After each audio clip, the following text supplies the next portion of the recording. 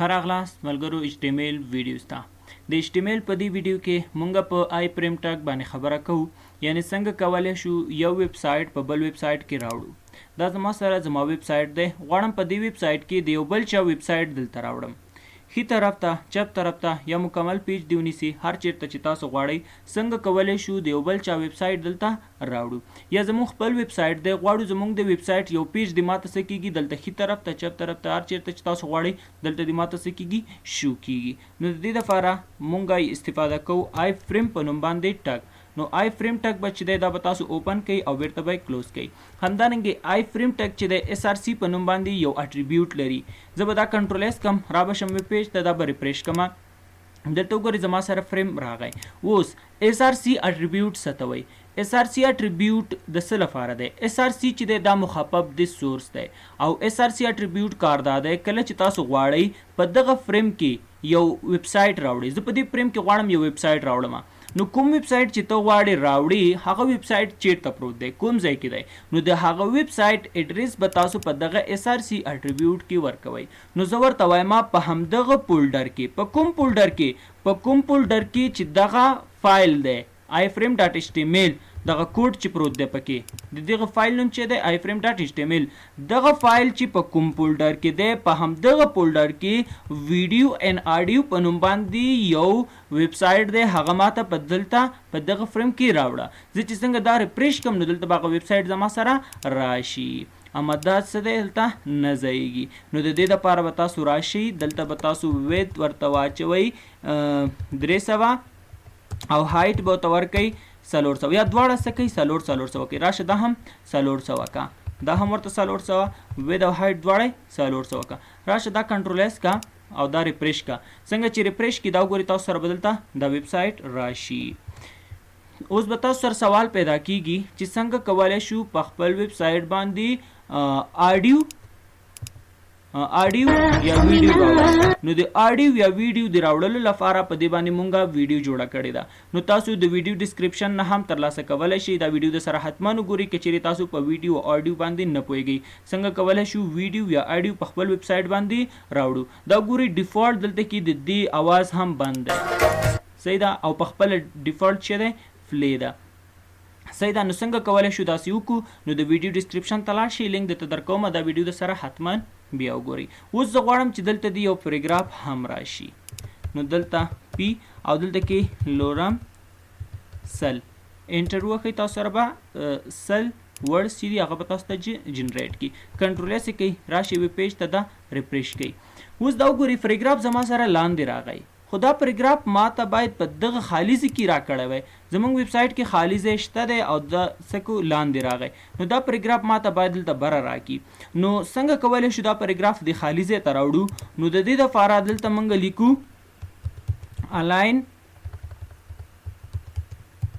الاین لیفت ډیفالټ دلته ډیفالټ چې دی دا فریم چې دی ډیفالټ لیفت ته دی خو بیا هم دلته چې تاسو لیفت ولیکئ نو دا پریګراف څنګه چې تاسو ویب پیج ریفریش کړئ دا پریګراف به دلته بره راشي زه ریفریش کوم دا وګورئ پریګراف زموږ سره دلته بره راغی نو زه به دا پریګراف چې دی یو څو دانې نور هم ورته اضافه کوم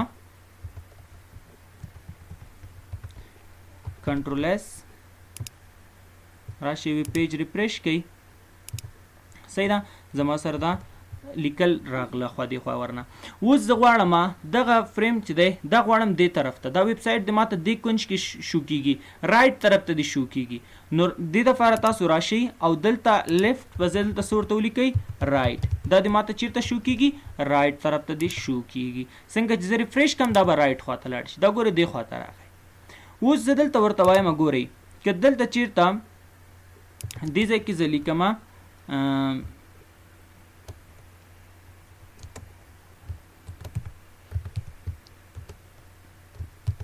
فیسبوک لاګین کنټرول ایس مې که راغلم ویب پیج ته ریفریش کوم اوس چې هر څوک راشي او دلته فیسبوک لاګین باندې څنګه چې کلیک وکړي نو باید دلته د فیسبوک لاګین پیج شي اوپن شي زه غواړم دلته د زما فیسبوک آی ډي هم دلته څه کیږي شو کیږي یعنی دلته زه فیسبوک هم په خپل ویب سایټ کې دلته فیسبوک کوم څنګه کولی شم دلته فیسبوک لاګین باندې کلیک وکړه دلته دی شو کیږي ښه د هغې دپاره دا زه کنټرول ایکس کوم دلته ا ټک به تاسو استفاده کوي او دلته زه لیکم همدغه بیرته مې پیسټ فیسبوک لاګین چې دی په دې باندې اوس کلیک کوم هیڅ هم نه کیږي نو زه دلته ورته وایم دې ځای کې چې په همدغه پیج کې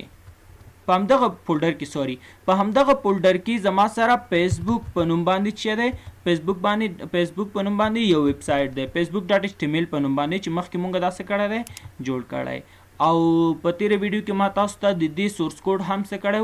درکړی دی نو څنګه زه په دې باندې کلیک وکم نو دا زما سره دلته اوپن کیږي نو زه نه غواړم چې دا دلته اوپن شي دا د ما سره د دې ویب سایټ په ځای باندې اوپن کیږي نو د هغې دپاره راځم دلته او دې ځای کې دلته زه ورته وایم نیم او دلته زه ورته وایم فیسبوک او دلته ورته وایم ټارګټ فیسبوک کنټرول ایس کوي راشي ویب پیج ته دا ریفریش کوي څنګه چې ریفریش کوي اوس دلته زه څنګه چې په فیسبوک لاګین باندې کلیک وکم نو د فیسبوک لاګین پیج به زما سره د دې ویب سایټ په ځای باندې اوپن کیږي دا ګورئ دلته زما سره اوپن شو اوس دې ویب سایټ کې دلته دغه سکرول دی ګوره که زه دا ریفریش کم په هغه تیر ویب سایټ کې هم دلته دا سکرول وو زه دا سکرول نه غواړم نو که چیرته سکرول نه غواړې نو راشه دلته ورته وایا چې